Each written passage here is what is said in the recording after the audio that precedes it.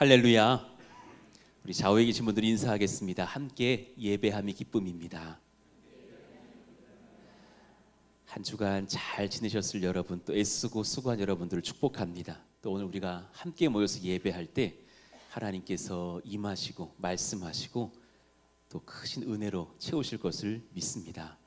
오늘 예수로 인한 변화와 체험이라는 제목으로 말씀을 전할게요. 우리 제목 한번 읽어봐요. 예수로 인한 변화와 체험. 여러분, 이 두 변화와 체험을 다 경험하고 있답니다. 그리고 더욱 경험하실 거예요. 점검하고 또 생각의 길을 넓혀가는 말씀이기를 원해요. 우리의 삶이 무엇에 의해 움직이고 있습니까? 여러분 한번 속으로 답해 보시고 생각해 보셔봐요. 많은 사람들이 우리 모두도 마찬가지죠. 행복을 찾아서 움직여요. 뭘 먹고 싶어도 행복하려고, 그걸 먹으면 행복하니까. 뭘 하려 해도 행복을 위해서 하죠. 그런데 세상 사람들이라면 그 끝에 결국 안정, 성취, 인정받음 이런 것들 있을 거예요. 지금 제가 말한 그 몇 가지 것들이 여러분에겐 없어야 된다고 말하는 게 아니에요. 그런데 그것이 끝인 사람들하고 끝에 다른 분이 계신 존재들하고는 변화가 다르다라는 것을 말씀드리는 거죠. 오늘 말씀에 들어가기 전 우리가 조금 전에 읽었던 에베소서에 보면 2장의 초반에 허물과 죄로 죽었던 우리라 그래요. 그때는 죽었었던 사람이에요. 예수 만나기 전엔 주님 앞에 시신과도 같았던 사람들이에요. 그 사람들은 조금 동력이 부족하다거나 약간 미진하다거나 이런 게 아니라 완전히 생명의 근원으로부터 단절되어져서 부패의 강물을 따라서 흘러내려져 가고 있는 사람들의 그런 상태였다라는 거죠.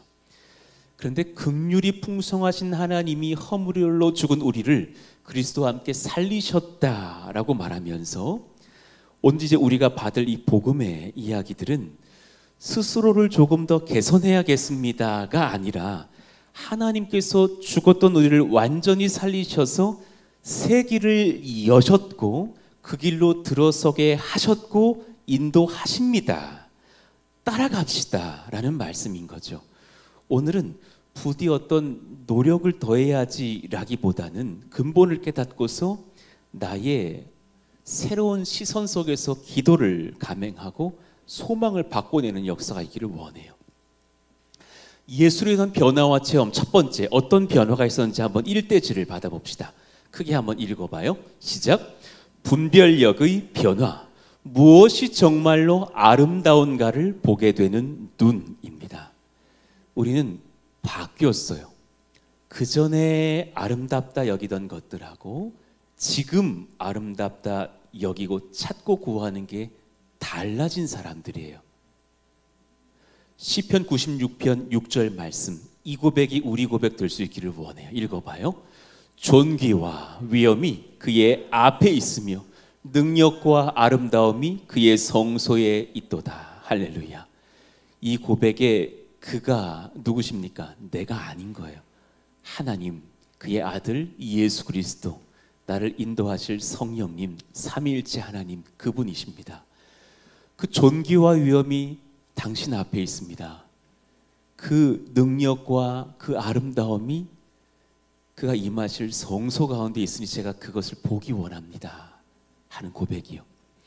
우리의 첫 번째 변화는 분별입니다. 분별.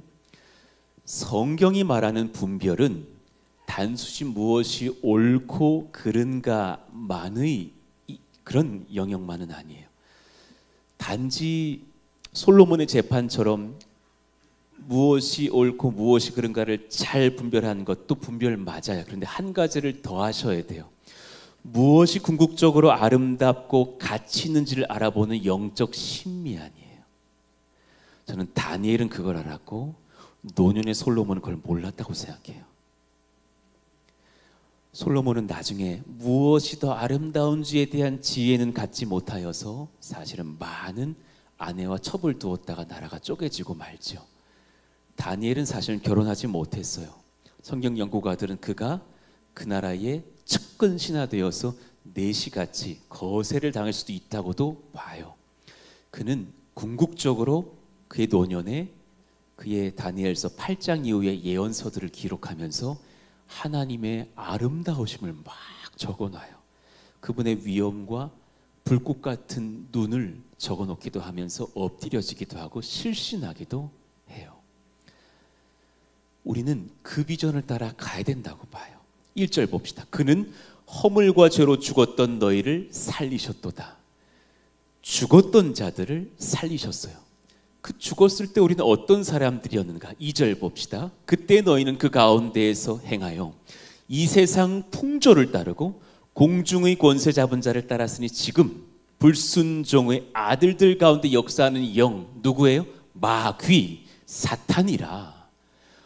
이 2절 말씀 읽을 때 혹시 예수는 믿는데 이번 한 주의 삶이 딱 저랬다면 돌아보셔야 되는 거예요. 내가 지금 흔들린 상태예요. 주인은 주님이신 것을 머리로 나는데 주님의 아름다우심을 쫓을 줄 모르고 사탄이 참 제시하는 것들이 아름다워 보인 상태라면 돌아봐야 된다는 거예요. 우리도 까딱하다간 지혜를 받고도 솔로몬처럼 넘어질 수 있더라. 3절 말씀. 그 마귀가 어땠고 우리는 지금 어떤 사람이 되어 있고 그전에는 어땠었는가? 전에는 우리도 다 그 가운데서 우리 육체의 욕심을 따라 지내며 육체와 마음에 원하는 것을 하여 다른 이들과 같이 본질상 진노의 자녀이었더니 이제는 달라졌다. 이제는 죄 짓는 자가 또한 되지 않아야 되지 않겠는가? 던져볼게요. 돈이 주는 안정성, 성공의 강력한 소망, 사람들로 받고 싶은 강력한 인정 욕구, 여기 누가 없겠냐마는 그것이 궁극적인 아름다움이 된다면 여러분은 큰 걸 놓치고 성도로서의 존귀한 권리를 놓쳤습니다. 그건 잠깐 아름다워요. 영원히 아름다운 것을 위해서 그것이 별로 가치 없어지기를 축원합니다. 고백해 봅시다. 돈의 안정성보다 하나님으로 안정적이기를 원합니다. 원하시면 아멘. 성공의 짜릿함보다 하나님의 아름다우심을 경험하는 예배자이기를 원합니다. 원하시면 아멘. 사람들로 인정받기보다 그 누구도 인정하지 않을지라도 너무 슬픈 일이지만 하나님께 인정받기를 원합니다. 원하십니까? 아멘. 아멘 했어요. 그렇지만 그 일을 위해서 또한 우리의 분별력이 지속돼야 되는 거 필요합니다. 조나단 에드워즈는 그러니 그의 설교에서 이런 표현을 해요. 하나님의 아름다움을 보는 새로운 감각 우리에게 주셨는데 지켜가라고. 하나님의 다른 것보다 아름다우심을 보는 새로운 감각. 저는 이것을 영적 시각의 교정이라고 말하고 싶어요. 한번 따라해봐요. 영적 시각 교정되어야 합니다. 시작. 옆에 있는 분들에게 인사해 주세요. 당신의 영적인 시력이 교정되어야 돼요. 시작. 말씀해 주세요. 이건 지금 뭘 말하냐면 여러분이 불신자라고 제가 폄하하는 게 아니에요. 우리는 보통 내기 하나님 다 인정해. 그런데 하나님의 아름다우심까지는 구하지 않아요. 여기 안에 법적인 천국 티켓은 얻어놓고 다른 아름다움을 찾다가 죄 짓고 다시 돌아오게 된다는 말이에요. 예. 우리의 분별력은 아름다움을 찾는 분별력이 돼야 돼요. 4절에 보니까 하나님께서 이런 역사를 하셨대요. 아버지의 하신 일, 긍휼이 풍성하신 하나님이 우리를 사랑하신 그 큰 사랑을 인하여, 그리고 5절, 6절 우리를 구원하신 역사를 기록해 주셨는데 가만 보니 먼저는 예수님 하신 역사예요. 허물로 죽은 우리를 대신하여 그리스도께서 죽으셨고 부활하셨어요. 6절 봐봐요. 그리고 부활하신 주님을 사실 아버지께서 일으켜 내셔서 부활케 하셨고 예수님께서 하나님 보좌 우편에 지금 함께 앉으셨거든요. 그런데 예수님과 하나님이 나누셔야 될 그 함께라는 단어를 세상에 예수님의 아름다우심을 본 우리들에게 주셨답니다. 예수님의 아름다우심을 보고 그를 영접한 백성들에게 동일하게 그 함께의 권리를 주셔요. 5절 다시 봐봐요. 이제 그 함께를 우리에게 적용하시면서 읽읍시다. 시작. 허물로 죽은 우리를 그리스도와 함께 살리셨고, 6절 또 함께 일으키사 그리스도 예수 안에서 함께 하늘에 앉히시니. 여러분, 이 은혜의 동선이 우리의 동선 되었어요. 믿으시면 아멘. 여러분, 이제 그럼 보십시다. 저 6절 한번 봐봐요. 함께 일으켜 세우셔서 그리스도 예수 안에서 함께 하늘에 앉아있을 그날에 우린 누굴 볼까요? 예수님 보겠죠. 그 하나님의 아름다우심을 보면서 기뻐 찬송하고 있겠죠. 왜 그렇게 하셨을까? 그 은혜를 허락하신 이유를 이제 소명과 함께 7절 8절에 말씀하셔요. 제가 읽을게요.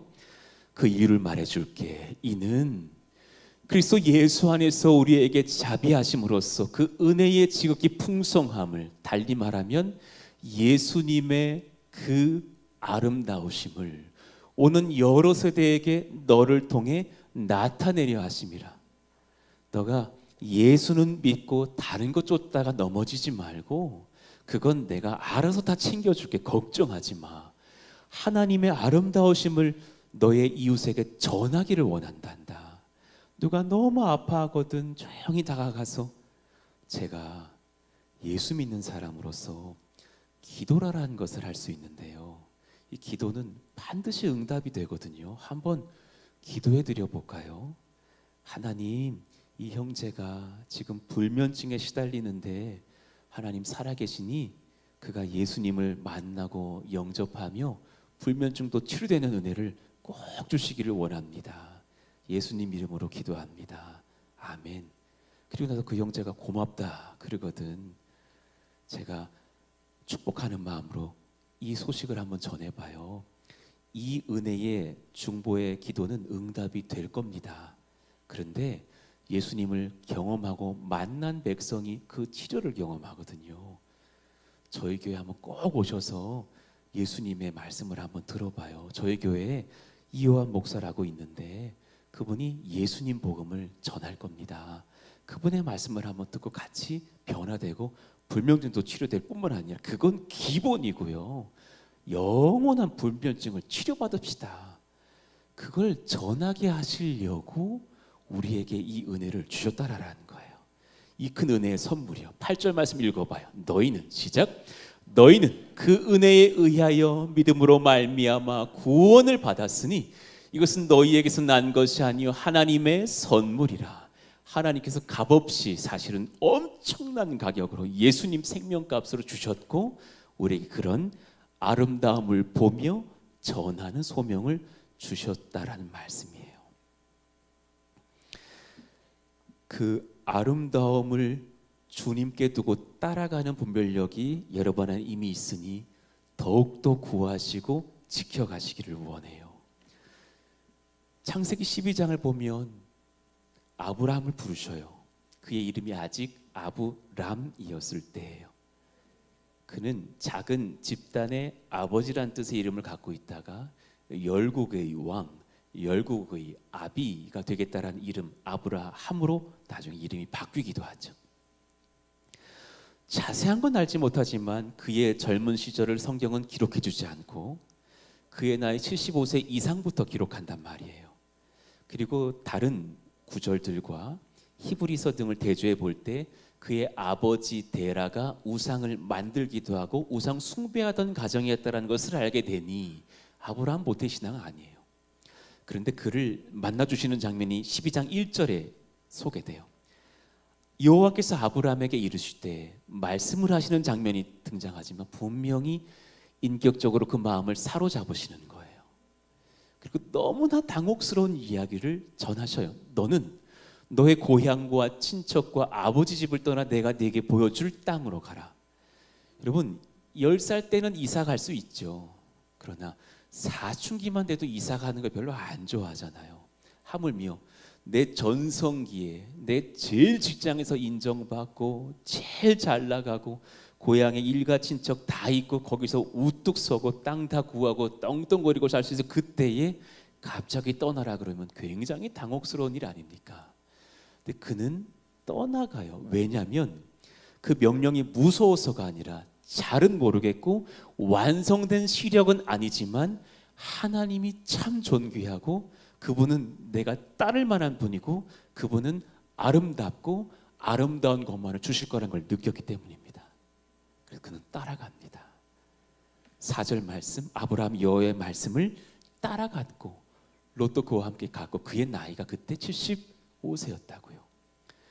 그렇게 노년에도 정치적인 계산, 입지적인 계산, 경제적인 계산 이런 걸 해서 따지는 인생이었다가 그걸 다 내려놓고 주님의 아름다움을 따라가는 사람이 있는가 하면 주님이 그를 구원하시고자 아브라함의 중보기도를 듣고 소돔 땅에 천사들을 파송했지만 막 유황불이 떨어지는 그 소돔 성에서 롯의 아내는 결국은 뒤를 돌아보죠.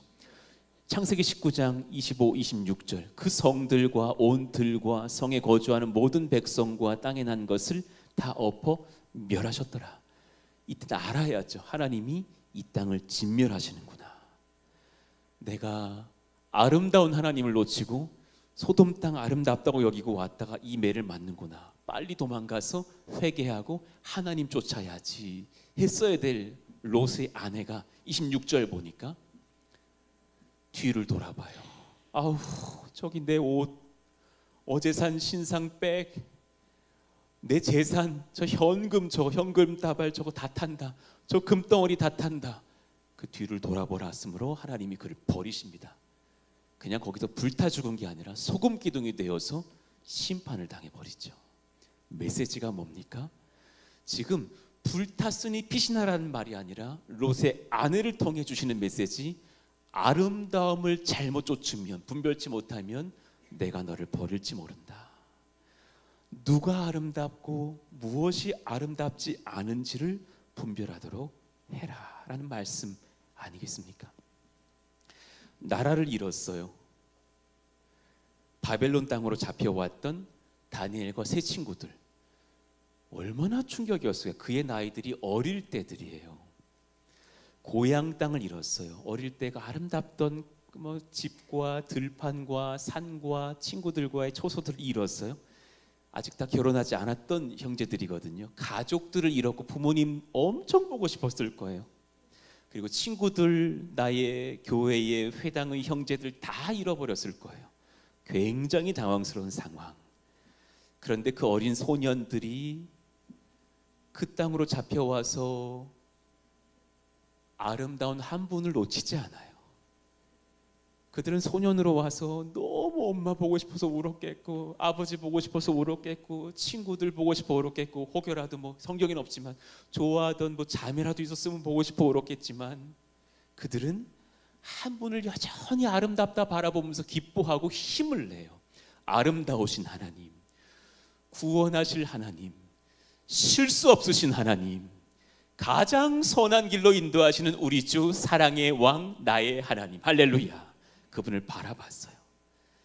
그들은 그 젊은 나이에 이름도 다 뺏겨서 1장 7절 보니까 다니엘은 벨드사살이라고, 벨의 아들이란 뜻이에요.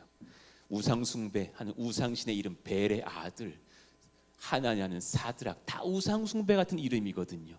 미사엘은 메삭, 아사랴는 아벤느고, 느고는 나의 왕이다 이런 뜻이거든요. 아벳이 아버지, 왕 이런 뜻이에요. 느고도 또 다른 우상 중에 하나거든요. 그러니까 딱 이요한이를 다니엘은 하나님은 심판자시다는 뜻이거든요. 이름을 완전 바꿔 이요한이를 이부처. 얼마나 불쾌한 일입니까? 다른 나라 잡혀갔더니 갑자기 나를 알라의 종 이래 버리면 얼마나 괴롭겠어요. 그럴지라도 그들은 이름을 바꿔서 내가 불림 당하지만 서로는 서로의 이름을 불러주면서 같이 결단하죠. 8절 말씀 읽어봐요. 시작. 다니엘은 뜻을 정하여 왕의 음식과 그가 마시는 포도주로 자기를 더럽히지 아니하리라 하고 자기를 더럽히지 아니하도록 환관장에게 구하니 그랬어요. 지금 담력 테스트가 아닌 거예요. 나는 의리의 남자, 하나님을 배반할 수 있나? 가리도로와도 그렇게 못하지. 난 그렇게 살 거야. 지금 어떤 용기 이야기를 하고 있는 게 아니라 그는 너무 주님이 아름다우신 거예요. 그래서 왕의 진미와 포도주와 얼마나 좋은 거 좋겠어요. 그리고 그가 존귀 준비해줬던 그런 의복들, 그런 것들 줬다지만 그 중에 우상 숭배했던 것들은 거절하고 먹고 마시지 않았대요. 언제까지? 죽는 날까지. 대단한 사람이에요. 하나님 앞에 아름다움을 분별했던 사람들. 우리 한번 돌아봅시다. 나는 최근 무엇을 아름답다고 느꼈습니까? 거울을 보면서 나를 보다가 느꼈다면 병이 심각한 거고요. 괜찮네. 그만하시고요. 이미 안 보셔도 괜찮고요. 자꾸 그러면 안 괜찮아져요. 그렇고요. 또 다른 것들, 내가 얼마나 무언가를 많이 검색했는가. 정말 주님을 구할 수 있는 그 마음이요. 점검하는 두 번째가 있어요. 내가 간구하는 기도의 내용과 대상을 점검해 봤으면 좋겠어요. 하나님, 저것 주세요, 이것 주세요. 구할 수 있어요. 그렇지만 한 가지 약속 드릴게요. 또 드리고 또 드릴 수 있어요. 그냥 주셔요. 주신다 그랬어요. 할렐루야. 주십니다. 주님은 주셔요. 저는 아이스크림을 좋아해요. 바 이런 거. 근데 좀 크리미한 거 이런 거 좋아하고 콘 이런 거 좋아해요. 제가 좋아하는 거 세상을 품는 마음으로 월드콘 이런 거 좋아합니다. 그걸 이제 집에 한 6개, 5개 이렇게 사다 놓으면 교회에서 늦은 밤 제자만 마치고 오면 없어. 누가 세상을 이미 품었더라고요. 그래가지고 애들한테 물어봐요. 누가 월드컵 먹었니? 그러니까 이제 어떤 아이들이 저는요 상큼한 거 먹었고요. 저는요 딸기 아이스크림 먹었고요. 누가 월드콘을 먹었어요? 막 그래요. 그리고 나면 사실은 아비로서 제가 화가 나요? 아니요. 얼른 더 채워놔주고 싶지 않아요? 애들 좋아하는구나. 더 채워놔야겠구나. 그게 아비 마음 아닙니까? 똑같아요. 하나님께서 여러분 취향, 여러분 뭐 좋아하는지, 언제 고기를 먹어야 되는지 다 알고 공급하시는 줄로 믿습니다. 할렐루야. 그건 당연한 거예요. 그것 구하기 이전에 주님께서, 우리 같이 읽어봐요. 화면 한번 노란색 문장부터 읽어봐요. 정말 필요한 기도예요. 시작. 주님께서 얼마나 아름다우신지 더욱 알게 해주십시오. 주님을 향한 갈망과 만족과 기쁨이 더욱 깊어지게 해주십시오. 이 기도가 우리에게 날마다 샘솟기를 축원합니다. 여러분, 이 기도 진짜 한번 한 주간 기도를 시작해 봅시다. 할렐루야. 우리 이 기도는 몰랐잖아요. 이거 놓쳤잖아요. 주님 아름다우시지라는 지식으로 남기지 마시고요.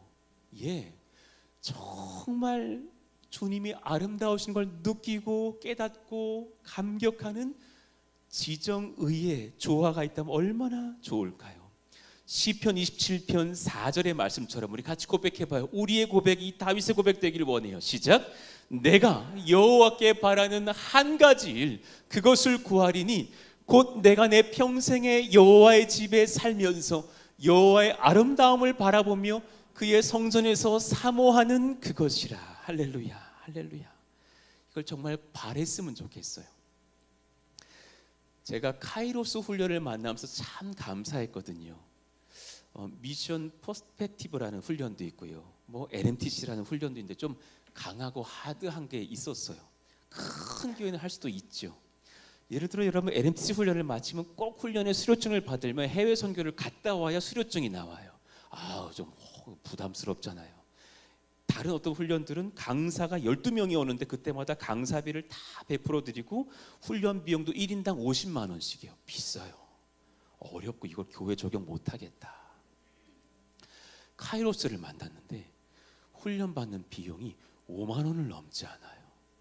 그리고 우리 안에서 강사들을 써서 갈 수 있는 건데 그 훈련을 2번, 3번 저도 이제 받으면서 내용이 너무 깊은 거예요. 카이로스 훈련은 어떤 분들이 고민한다는 소문이 또 들려와요. 우리는 항상 뭘 후련하게 전에 꼭 고민하는 소문이 꼭 들려와.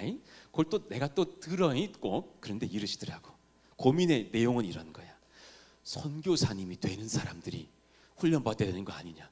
이 훈련 또 잘못 받았다가 정신 차려보니 내년 이맘때 태국 가 있는 거 아니냐. 아니, 염려 마셔요. 그게 아니라 이 훈련은 세 주제로 되어 있는데, 첫 번째 3주는 온 성도가 왜 크리스찬으로서 구원을 받았고, 온 성도는 왜 예배자이며, 온 성도는 왜 어디서든지 선교사인지를 알려주는 성경적 근거를 알려줘요. 3주간 배워요. 좀 벌써 표정이 평안해지고 있어. 그거 배우셔야 되는 거야. 나 너무 은혜 받고 받아가지고요, 또 받고 싶고 또 듣고 싶더라고요. 그리고 두 번째, 세 번째 주제가 또 문화적인 어떤 훈련들, 또 역사적인 훈련들을 배우게 되는데, 이제 나중에 가서야 한 2주 정도 해외에 나가야 될 선교사들은 이런 것을 알아야 되고, 우리는 그런 것을 지원할 수 있는 교회가 돼야 하며, 마지막 또 한두 주에서는 우리가 이 땅을 평택 고덕에서 그냥 살면서도 어떻게 선교적인 삶을 실천할 수 있는지를 알려줘요. 이런 일 저런 일들이 얼마나 귀한지 모르겠다. 그 내용이 참 성경적이고 참 깊어서 너무 감격스러운 거예요. 훈련을 소망해 보셨으면 좋겠어요. 어떤 분이 제자만 1단계를 수료한 뒤에 2단계를 지원하지 않으시겠다고 저한테 그러시는 거예요. 이유인즉슨 3단계인 분들이 암송을 하고 있더라. 그런 저주의 길을 저는 걷지 않겠다고, 그런 고백을, 그런 무지한 고백을 하시는 거예요. 그렇지 않다라는 거예요. 여러분, 외워져요. 그렇지만 그 안에서 하나님을 알려 하는 소망이 얼마나 귀한지를 함께 소망해 보자라는 거예요. 은혜의 안경을 착용하셨습니까? 고민해 봐요. 읽어봐요. 시작. 은혜의 안경을 착용하셨습니까? 그 눈으로 옆에 사람 보면 너무 귀해요. 인사해 주세요. 안경 다시 써보니 참 귀하십니다. 시작. 인사해 주세요. 그렇잖아요. 안경 다시 써보니 내 남편이 너무 귀한 거야. 그 은혜 안경을 써보니 우리 교회 좋은 교회, 믿으시면 아멘. 여러분, 세상의 눈으로 저를 보면은요, 여러분 그냥 한 2주 만에 실망하고 교회 옮기셔야 된다니까. 저는 부족한 게 많아요. 저를 사람의 눈으로 보면 실망 많이 하실 거예요. 그런데 은혜의 눈으로 서로를 보면 하나님께서 아름다우신데, 그 눈으로 옆에 사람 보면 그분 안에 하나님이 계신 거, 그분도 너무 아름다우신 거예요. 할렐루야. 그런 교회가 됐으면 좋겠어요. 우리 교회의 여러 가지 것들 보면은 나랑 뜻이 달라서 비판할 것도 보일 수 있다니까요. 체질상 비판이 많은 분들이 있어요. 그분들에게 축복해요. 하나님의 아름다우심을 보는 눈을, 안경을 쓰시기를 축복합니다. 그리고 나면 그럼 평택 땅에서 어떤 교회가 부흥하고 있는지 한번 보셔봐요. 평택 땅에서 많은 사람들을 회심케 하고 있는 교회가 어딘지를 한번 보셔봐요. 현장은 많이 부족하고 연약한 건 많아요. 얼마 전까지 옆에 이쪽에 우리가 이렇게 에어돔으로 주는 건물에 아이들이 바글바글 했답니다. 아이들 60명, 교사 20명 막 이러니까 더웠던 거예요. 그래서 애들이 막 땀 흘리고 난리도 아니었는데, 너무 미안한 거 있죠. 우리는 막 춥다고 뭐 옷을 입으셔. 그러니까 막 미안한 거야. 그런 연약한 것들 막 볼 때 내 마음이 막 미어졌었는데, 막 부장님들, 선생님들 그냥 싫은 소리 하나 나시고 제 방에 막 달려오셨더니 선풍기 좀 하나 빌려달래. 앞에 애들이 너무 땀을 흘린대. 막 이거 그냥 쓰시라고 막 드렸던 기억나요. 안 갖고 오셨는데 쓰시라고 너무 죄송하다고, 빨리 분할하자고. 그래서 좀 나눴더니 좀 시원해졌다고 얘기를 하셔요. 그럴 때 저럴 때 세상의 눈으로 보면은 이 교회 왜 이래, 이거 아이들을 왜 이렇게 더운데 땀 질질 흘리게 해, 이거 안 되겠네, 교회 옮겨야겠어, 볼 수도 있죠. 죄송해요. 그런 연약함이 있어 죄송해요. 누군가는 이때같이 나가면 하나님께서 선한 것을 주실 거야. 이 아이들이 이런 훈련 받고 성도들이, 어른들이 또 같이 기도해 주면서 아름다운 교회학교가 부흥하고 성장하고 그 아이들이 장차 세상을 바꾸는 선교사들이 될 줄로 나는 믿어. 할렐루야. 그 눈이 있다면 아름답게 보이는 것 아닙니까? 그 은혜의 눈이 참 필요한 거예요. 분별력의 변화 점검합니다. 무엇이 정말로 아름다운가를 보게 되는 눈을 주신 성령님을 찬송합시다. 그 눈을 통해 하나님 나라를 보고 주의 아름다우심을 구하는 역사가 있기를 예수 이름으로 축원합니다. 아멘. 그런가 하면 두 번째, 자, 읽어봤으면 좋겠어요. 시작. 파송받음의 체험. 나의 안전이 아닌 하나님의 영광을 위한 삶입니다. 파송받음의 체험이에요. 전 가끔 여러분들을 볼 때 존경의 눈으로 보게 되는 것이 뭐냐면, 저렇게 애답고 바쁘고 피곤하고 수고로이 살면서도 기뻐하고 즐거워하면서 하나님을 예배하는 분들이에요. 이 예배 시간에도 계신데 너무 분주하게 삶을 사시면서 지금 개척부터 지금까지 셀리더의 자리를 놓지 않고 묵묵하게 섬겨가시는 어느 남종 여종을 볼 때도 있는 거예요. 와, 보기만 해도 난 그분의 그림자만 봐도 존경스러워요. 어떤 분은 뭐 이거 얘기하면 누군지 뻔히 알게 되는데 자식이 넷인데 그분하고 통화하기가 쉽지 않아. 늘 바빠. 어떤 날은 근데 꼭 그렇게 애 많은 집에 교회 아이들이 꼭 다 가 있다. 가끔 보면 그런 어린이집인 것 같아요. 그래서 그 어느 권사님 고백이, 근데 오늘 밥을 8번 차렸다고 제자반에서 그러시더라고. 어느 날 보니까 우리 집에 차려놓고 놨더니 다른 집에도 와 있고 뭐 그러고 먹이고 다 섬기고 막 그랬다라는 거예요.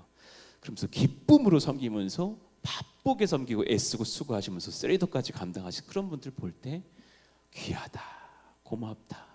저분은 피곤하지도 않나, 저분은 지치지도 않나. 얼마나 사실은 힘들고 피곤하시겠어요. 그렇지만 주님 보면서 또 일어나는 그런 분들. 10절 말씀 봅시다. 우리는 선한 일을 위해서 예수님 안에서 새롭게 변화됐대요. 그냥 딱 믿고 천국행이 아니라 천국은 약속되어졌는데 그 전에 선한 일을 위해서 이 땅에서 할 일이 있대요. 그것이 아버지께 나아가는 길이라고 18절에 말씀하세요.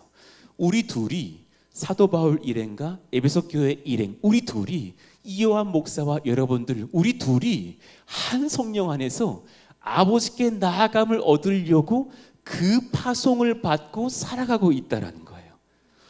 예수 믿은 사람들의 첫 번째 변화는 아름다움을 발견하는 변화라면, 두 번째 변화는 파송받는 변화인데, 사실 조금은 아프게 들릴 수 있지만 광야로 파송받을 때가 많아요. 마가복음 1장 12절의 말씀이요. 읽어봐요. 시작. 성령이 곧 예수를 광야로 몰아내신지라. 여러분, 예수님이 세례 요한에게 세례받고요, 하나님 아버지께서 내 사랑하는 자라 막 축복하시고 성령님이 비둘기의 형상으로 막 그에게 임하신 걸 사람들이 봤단 말입니다. 이야, 대단하신 분이신가 보다. 이야, 앞으로 아름다운 길만 걸으실 것 같구나가 아니라 그는 광야로 보내셔서 40일간 줄이시면서 사탄 마귀와 싸워 승리하시고 말씀으로 승리하고 나오시죠. 여러 메시지가 있지 않을까요? 네 남은 3년의 공생애가 광야길이라는 주님 메시지 아닐까요? 너 이제 요거 40일만 참으면 넌 승진이다. 너는 이제 그냥 호화호식할 거다. 너 그냥 좋은 마차 타고 뭐 좋은 옷 입고 살 거야. 예수야, 힘내라. 그게 아니라 광야길이라는 것을 말씀하신다라는 거예요. 예수 안에서 선한 일을 위해서 지음받은 우리들은 그 에베소 2장 10절에 이런 단어가 적혀 있거든요. 포이에마라는 단어인데 우리나라 말 바꾸면 걸작품이에요. 하나님께서 걸작품으로 만들기를 원하셔서 이제 광야로 보내서 다듬어 가시기 시작하신다라는 말씀이에요. 요셉을 생각해봐요. 우리 아이들 이름 중에 막 요셉이라고 짓는 경우 있잖아요. 우리 목사님도 조요셉. 저도 일단 요셉을 어릴 때 싫어했어요. 자꾸 성도님들이 나를 요셉이라고 부르더라고. 나 요한인데, 나는 신약을 대표하는 인물인데 자꾸 요셉이라고 불러서 요셉이 아니라 요한인데요. 그랬더니 어떤 집사님이 요셉이나 요한이나 그러더라고요. 나 좀 싫었어요. 저 요셉 목사님, 요셉 같은 삶을 살아내시겠죠. 얼마나 귀해요. 보디발의 가정에 노예로 갔다가 고생길이 열렸지만 주님을 만나고 기도하면서 형통했다 그래요. 그러다가 또 오해받아서 감옥으로도 갔지만 주님을 바라보면서 당신의 아름다우심을 내가 보기 원합니다 하면서 형통하여 그 옥살이에서도 머리가 됐다 그러죠. 그러다가 술 맡은 관원장, 파라오의 떡 맡은 관원장 중에 바른 해명을 해서 한 사람은 죽고 한 사람은 살게 되는데 그 산 사람에게 나를 좀 해명해 달라고, 나는 죄가 없다고 했지만 그가 까마득히 잊고 만 2년이 지나갔다가 바로가 꿈을 꿨을 때 그 사람이 기억해내서 바로에게 요셉이란 자가 감옥에 있는데 그는 지혜로와 하나님의 지혜를 알고 꿈을 해몽한다고 말해서 국무총리가 되지 않습니까? 그리고 났다가 7년의 풍년을 잘 준비하고 7년의 흉년 중 2년 차에 가족들을 불러 모아서 하나님의 은혜의 나라를 이루어 가다가 고센 땅에서 200만 명을 불려가고 모세의 출애굽 대행진을 써가는 1등 공신이 되지 않습니까? 여기까지 들으면 참 요셉 괜찮죠. 그렇게 살고 싶죠. 그런데 그의 광야로 보내신 파송받음의 시작점이 창세기 37장 28절에 있거든요. 이건 너무 아픈 얘기인 것 같아요. 읽어봐요. 시작. 그때에 미디안 사람 상인들이 지나가고 있는지라 형들이 요셉을 구덩이에서 끌어올리고 은 20에그를 이스마엘 사람들에게 팔아 그 형제들이 그 상인들이 요셉을 데리고 애굽으로 갔더라. 아멘. 벌써 그런 은혜 소리만 들을 때랑 저 구절을 딱 읽을 때랑은 마음이 다르죠. 여러분, 주님이 파송하신 방식이 저 방식이었다니까요.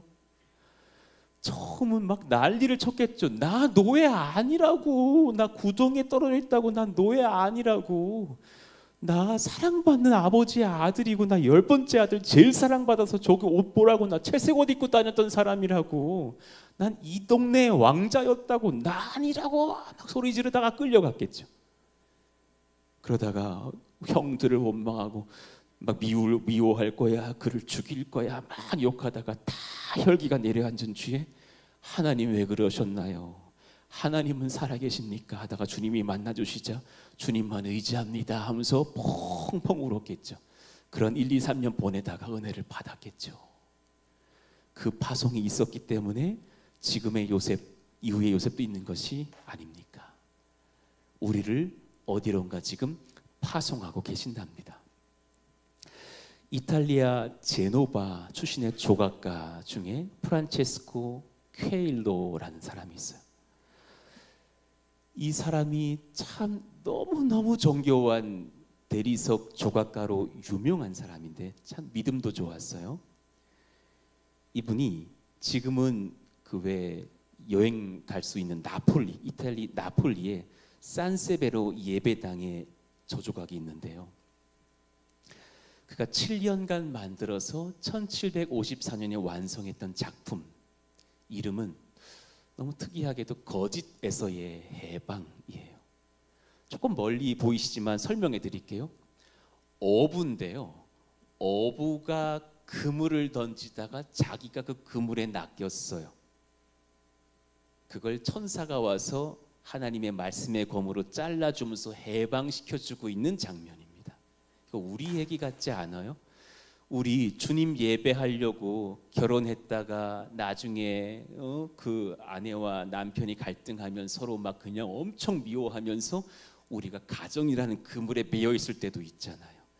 주님께 입사할 때는 하나님 응답 감사해요. 주를 위해서 일할게 하고 회사에 들어가지만 나중에 돈을 쫓아 승진을 쫓아 또 직장에서의 피곤과 여러 가지 스트레스 속에서 직장이라는 그물에 매여서 허우적될 때도 있는 것 아닙니까? 처음에 이 교회 들어올 때는 감사하고 조인교회라고 와서 등록했지만 교회가 조금 보이고 보고 하나님의 아름다우심을 잊어버리니까 교회가 흠이 막 보이면 서로 비판하면서 아파할 때도 있을 수 있지 않습니까? 예. 저 그림 속에서 이제 천사의 이마에는 지구가 딱 붙어 있고 거기에 지구본이 막 있어요. 오히려 너는 눈을 넓혀서 이 그물에서 해방되고 나면 하나님이 파송하시는 온 열방 땅으로 가서 주를 전하라는 말씀도 같아요. 그리고 그 말 밑에 성경 말씀이 딱 적혀 있는데요. 거기에 조금 확대되어 있죠. 이쪽에는 성경 구절들의 장절들만 적혀 있고 그 옆에는 요약한 그의 메시지가 있어요. 제가 해석을 했더니 그렇게 적혀 있어요. 나는 내 사슬을 끊어버리리라. 성령의 말씀입니다. 사랑하는 내 아들 딸들아, 내가 오늘 이 예배를 통해 너의 사슬을 끊어버리리라. 어둠과 긴 밤의 사슬, 내가 얽매인 그것들을 끊으리니 내가 이 세상과 함께 정죄받지 않도록 하리라. 잘못된 것 아름답다고 쫓아가다가는 금을 걸리게 돼 있는 거예요. 예, 거기에 나움 13절 적혀 있고요. 고린도전서 11장 32절 딱 적혀 있거든요. 그 말씀은 아래에 있고요. 그 말씀 그대로가 저 위에 말씀도 같습니다. 저 그림을 한 목요일쯤에 가만히 묵상하면서 쓱 생각이 스쳐 지나가는 거예요. 저 대리석 조각도 언젠가는 어디 산속에 박혀 있었겠지. 그렇지 않아요? 그런데 저 작가의 조각이 너무 섬세해서 그 당대에 그 사람들을, 그러니까는 친구 조각가들이 와도 절대로 저 그물망을 손으로 대지 않았대요. 나 때문에 부러질까 봐. 너무 섬세하게 대리석을 정말 그물처럼 바꿔놔가지고 너무너무 섬세하게 그렇게 세공해 놨으니까. 주님도 마찬가지겠죠. 우리를 언젠가 절벽에서 뜯어내셔서 이리로 파송해 오셨겠죠. 지금도 내일도 앞으로도 엄청나게 세공을 하시고 쪼으시겠죠. 그때 아프겠죠. 내 돈, 큰 돈 잃어버리게 하실 때 그거 얼마나 팍 떼가면 얼마나 아파요. 근데 그래야 저런 조각이 되지 않겠습니까? 내 건강 팍 떼가실 때 그냥 막 구멍 뚫리는 것 같은 그 그물을 새기실 때 내 몸이 얼마나 아프겠어요. 그때 내가 더 다듬어지고 주님을 만나게 되지 않겠습니까? 그러니 한 덩어리의 큰 대리석을 저런 작품 만드시기까지 저 작가가 고생했던 것처럼 주님도 우리를 옮기시고 파송하시고 다듬고 쪼아내고 얼마나 더 많은 떼어냄과 다듬음을 허락하시면서 우리를 연단하실까? 그러니까 파송받음의 의미를 여러 가지로 보셨으면 좋겠어요. 첫 번째는 보내심, 두 번째는 무언가를 제거하심, 다듬으심, 떼어내심, 덜어내심이기도 하겠죠. 여러분들에게 지금 어떤 파송받으심과 어떤 다듬으심이 있으십니까? 좌우에 계신 분들에게 좀 인사해 주세요. 주님이 다듬고 계십니다. 주님이 다듬고 계십니다. 시작. 그래서 아프고, 그래서 괴롭고, 그래서 눈물도 나고, 그래서 하나님께 엎드리고 있는 과정입니다. 존 파이퍼 목사님의 글을 한번 설교를 인용해 보겠습니다. 한번 읽어봐요. 시작. 하나님은 우리가 원하는 우리의 안전보다 우리를 통해 주님의 거룩과 영광을 드러내시는 일에 훨씬 더 관심이 많으시다. 성령께서는 우리를 우리가 원하는 안전지대로만 인도하지 않으신다. 그리스도의 증인이 되게 하시려고 주님 밖에는 의지할 것 없는 들짐승이 공격하는 광야로 우리를 파송하신다. 이 말씀을 마태복음 10장 설교하시면서 하셨거든요. 16절을 한번 제가 읽어드리죠. 같은 말씀이죠. 보라 내가 너희를 보냄이 양을 이리 가운데로 보낸 것 같도다. 이때 아무것도 가져가지 못하게 하시고 다 제거하셨거든요. 그리고 파송을 하시니 얼마나 당황스러워요. 그러므로 너희는 뱀같이 지혜롭고 비둘기같이 순결하라. 무슨 말씀이에요? 아버지께 의지하고 아버지의 아름다우심을 바라보며 그에게 구하고 그를 전하고 그로 인해 승리하라 라는 말씀 아닙니까? 광야 아니고선 배울 수 없는 곳. 적용하고 말씀 마무리합시다. 나와 우리를 돌아봐요. 나의 가정은 세상의 스트레스를 피하는 도피처만의 영역입니까? 아니면 주님이 파송하신 세상에 보여줄 수 없는 용납, 소망, 조건 없는 사랑, 예배, 선교를 실천하려고 성령께서 파송하신 예배의 땅입니까?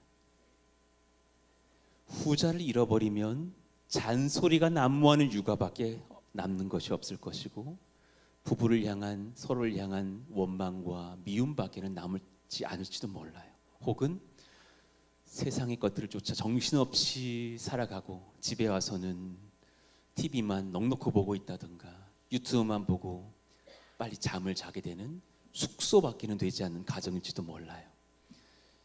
여러분, 가정에서 한 가족이 함께 모여 예배도 하면서 이런 말씀들을 한번 나눠봐요.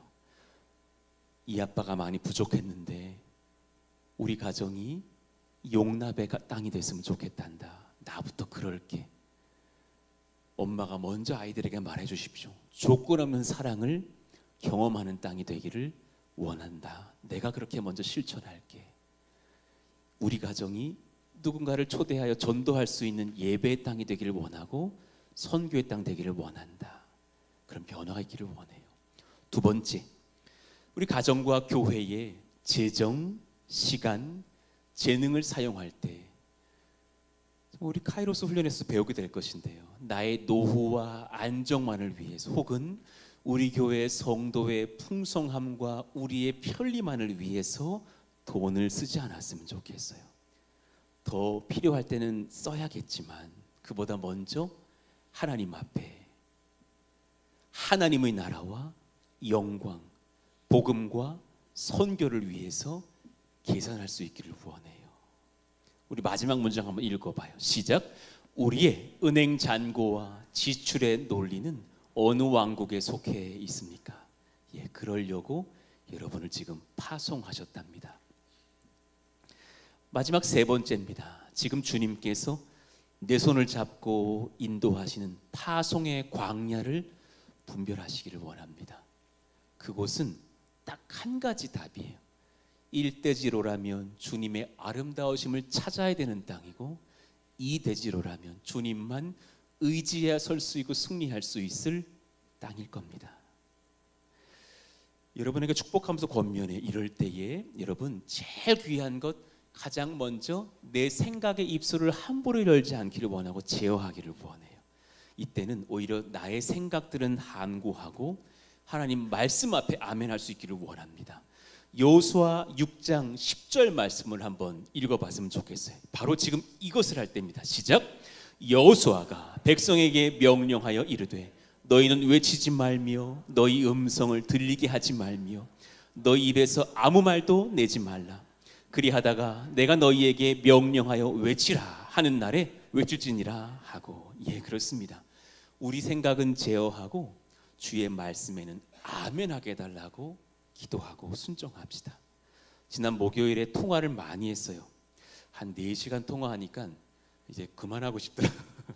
여러분들과 통화하면서 셀 리더들을 권면하고 세우면서 이렇게 꽤 많은 분들과 통화를 했더랍니다.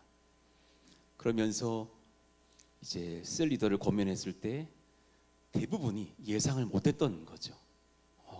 목사님 저라는 걸 알고 전화하신 거냐고 하는 분도 있었어요.